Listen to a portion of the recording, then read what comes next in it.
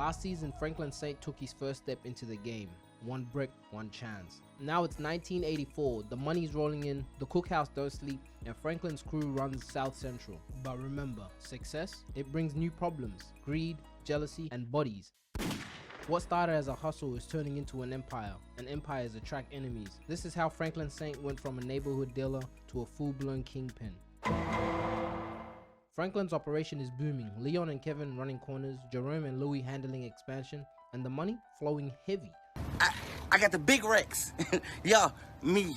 He ain't touching grams no more, he's moving kilos. His goal's simple, take over Los Angeles, one block at a time. But not everyone's celebrating his come up. Sissy sees what's happening, the fancy clothes, the new cars, the long nights, and she knows he's not just dealing dime bags no more. He's clearly moving something different. So while Leon and Franklin were at Harvey's picking up more snow, LAPD hit the mansion with the raid. Leon and Franklin quickly hit the dash, trying to get out of there. But with Leon built like Rilo tubs, them little legs couldn't jump the fence quick enough, so he gets caught lacking and arrested. And yeah, they put my boy in the jam. Lock 'em up. Franklin and Jerome pull up to the station, trying to see what he's been charged with, and the police hit him with a 69 PC. Fuck is a 69 piece? Felony evading. Why the fuck you ain't say that then?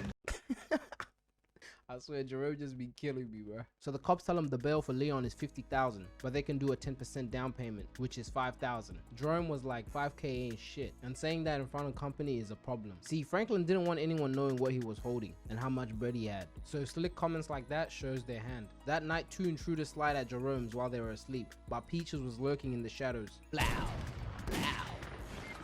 He hit both them niggas clean to the dome. Jerome, Louis, and Franklin step out, but it's too late. Them boys already dipped into the afterlife. Unc pulls the mask off and it's Biscuit and his little brother. Biscuit is that cop from before at the station. Franklin was right from the jump. Never let people know what your wallet's looking like. You flex one time and the whole neighborhood turns into Ocean's 11.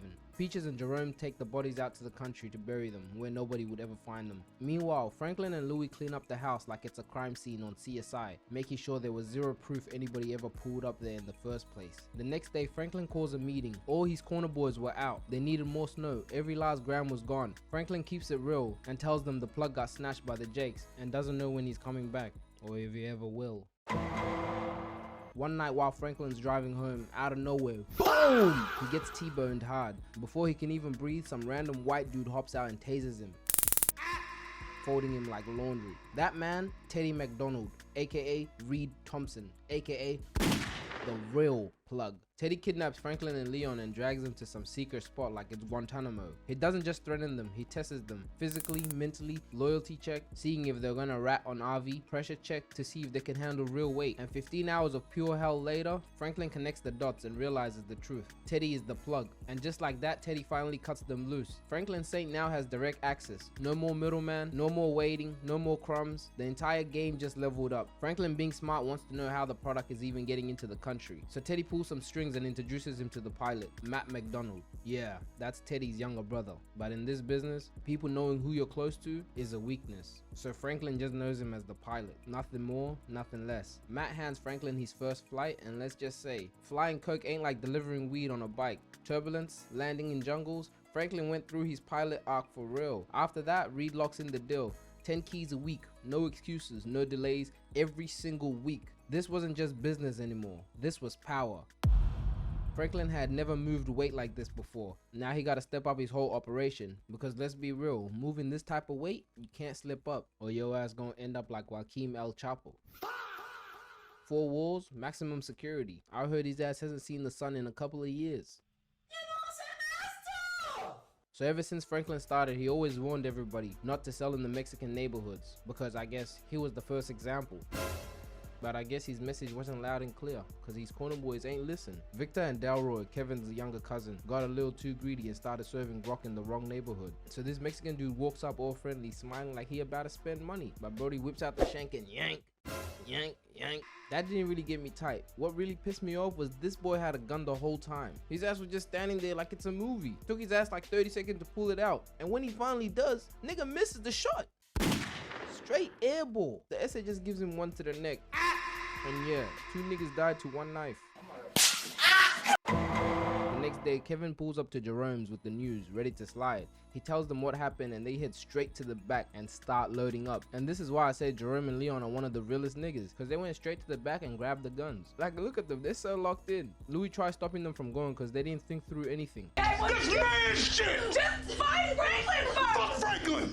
They pull up to the spot in broad daylight but don't see any gang members, just Mexican kids and families.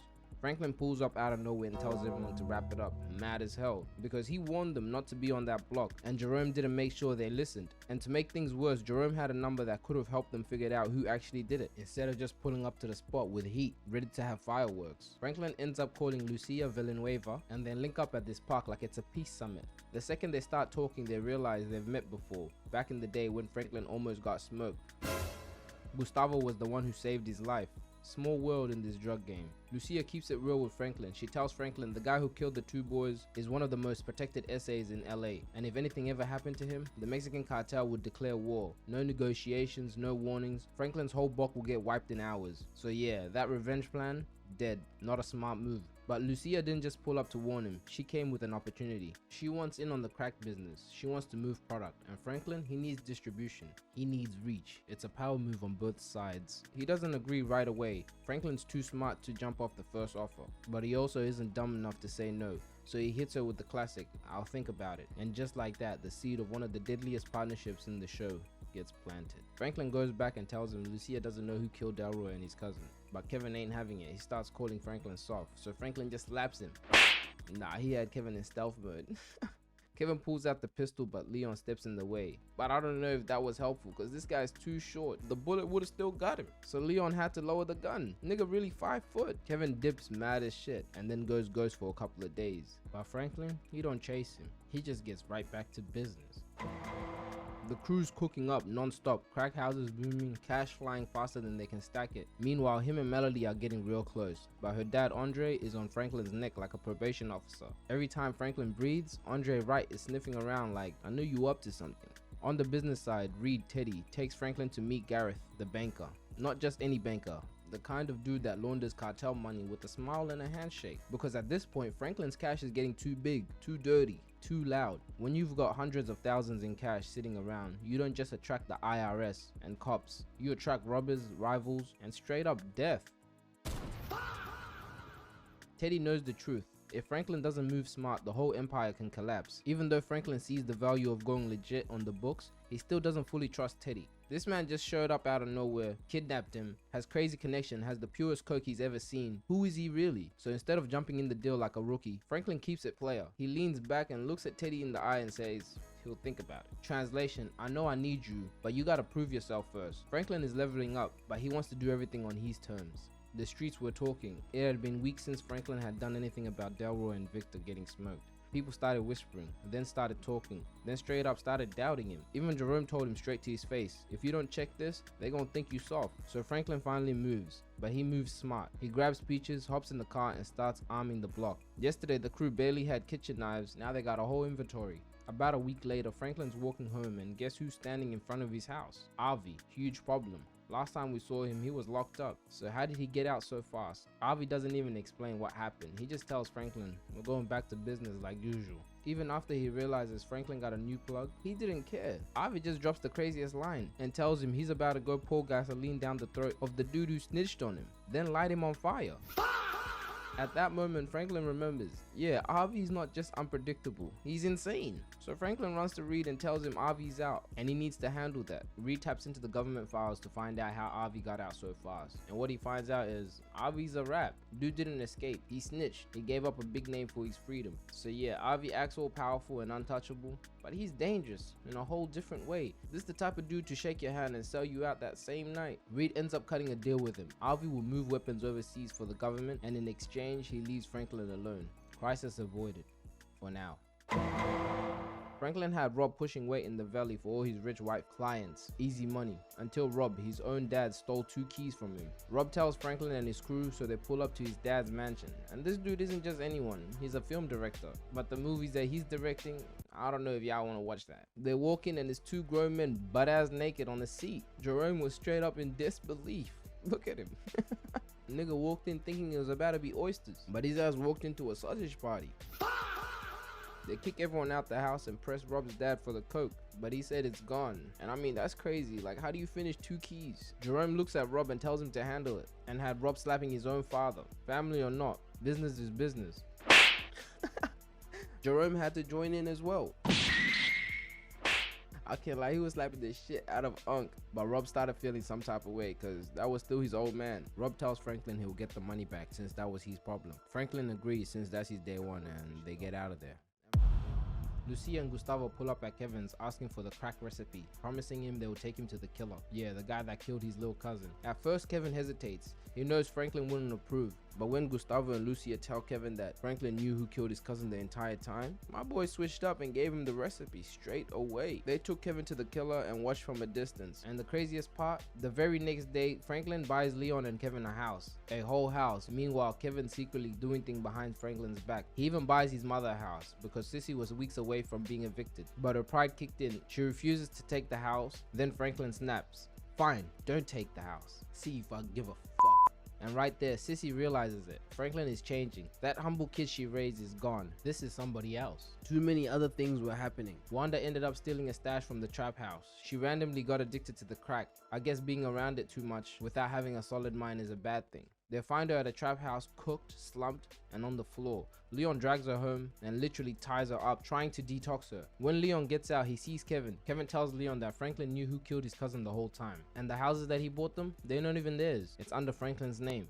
And Leon is like, why are you complaining? A house is a house. Kevin just tells Leon to look after his family if anything happens to him and then leaves. And of course, Leon is confused. So he calls Franklin. Franklin pulls up and instantly realizes Kevin must have handed Lucia the recipe in exchange for the shooter. So he calls Lucia, and that there was a bad move because he didn't know her and Gustavo just got snatched by the DEA, and now they're tapped into the whole call. Lucia out here snitching for free. She didn't even have to say a word, but she instantly folds and hands Franklin the location of where Kevin's headed. Franklin and Leon rush to the park, but so do the DEA and Lucia. He finds Kevin getting out the car ready to blick up the dude who killed his cousin in broad daylight in a family park. Franklin tries stopping him by telling him if he kills him, it's war. But Kevin wasn't trying to hear none of that. So Franklin only had one option. He pulls out his strap, but Kevin ain't even flinched, thinking, man, this guy ain't built like that. Kevin pulls out his pistol and starts dumping. Bang!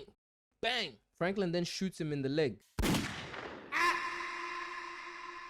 Then all they hear is DEA, DEA. And that day was enough for Franklin and Leon to take off running. They head back to the trap and lay low. Franklin tells Louis and Jerome what went down. So Louis goes and hits up the cops on Claudia's payroll to see if they know anything. And while she was waiting for them to hit her back, the police pull up on Sissy and Alton looking for Franklin. Sissy gets scared and drives straight to Jerome's, telling him Kevin's dead and the DEA is hunting Franklin. Franklin hears the news and is in pure disbelief. Leon snaps on him because Franklin never shot a gun, and the first time he did, he kills his best friend. Yeah, Franklin was cooked. He needed to pack his stuff and get out of LA ASAP, but for some reason he wanted to go back home and see his mom one last time. He sneaks through the back, tells Sissy he really loves her, and then bang! Andre Wright and the cops kick the door down. They arrest Franklin on the spot, and Andre was so happy to finally see Franklin in cuffs. Melody's cute ass was there as well, just watching. They throw Franklin in the back of the car and take him straight to jail. Pond, he said, lock him up. Oh, man. Lock him up. The moment Franklin gets in the jam, bro, the cops were already beating up some dude. Mink, mink. After a few hours, Jay Young, his lawyer, pulls up and tells him he's being charged with a 187 PC murder 1. Now, all he gotta do is wait for court and hope for bail. In the meantime, his cellmates rob his shoes, so now Franklin Saint is walking around with these dirty white socks, and that's a bad look. As soon as other inmates see that you have no shoes on, they instantly go, You're a bitch. so yeah, that nigga needed to get his shoes back. 2 days later, Franklin finally gets his court hearing. Judge denies bail, so he gets sent to Pitcher's detention facility and has to stay there until trial. And just look at his face. He knew he messed up. As soon as he pulls up there, Ray Ray spots him. Franklin already knows it's bad, but Ray Ray, he plays it cool and just daps him up until night. They catch Franklin sleeping and Ray Ray and his crew whooping. They jumped him so bad, they kinda changed his face, straight up to ass. The next day, Jerome and Leon pull up for the visit and they were heated. Jerome tells Franklin if Ray Ray touches him one more time, he's gonna light up his mama's crib. And Leon just snaps because he's been in that situation. He tells Franklin as soon as he goes back in, grab the first person that looks at you wrong and just beat the hell out of them. And Franklin needed this wake-up call because in prison you can't be soft. Later, Alton and Sissy pull up and Alton tries to give him parent advice and Franklin just loses it because how you gonna wait all these years to become a father? Cops drag him out, and just like that, he flips the switch. Franklin walks back in and sees the guy who stole his shoes and walks right up to him and punches him in the face, knocking him clean out. All the other Mexicans jump in, but the CEOs quickly break it up and throw Franklin in the hole. He might have suffered that night, but at least he got his shoes back. Franklin finally gets released, and when he gets out, he pulls up on Ray Ray and his little crew and tells them if any of them touch him one more time, he gonna kill their family members. He even tells them the addresses just so they know he wasn't bluffing. Franklin's head is finally back in the game. He calls Louie and tells her to link Reed. He needed that DEA agent off his back. Reed needed Franklin free, so he meets up with the agent girl and tells her to recant her statement. She agrees because Reed had bigger plans for her later on. A few days later, Jay Young pulls up to the prison and tells Franklin, "You're going home." Yeah, Reed was really out here pulling rabbits out the hat. Franklin gets released and meets Reed at Kevin's grave. Right there and then, everything clicks. From now on, Franklin wasn't gonna let anyone get out of line, and if someone can't get things done, they're out. Franklin starts doing a little research on Reed and finds out this dude actually works for the government, so Franklin knows now he gotta move smarter than ever. But at this point, Franklin was locked in. He was prepared for whatever came next.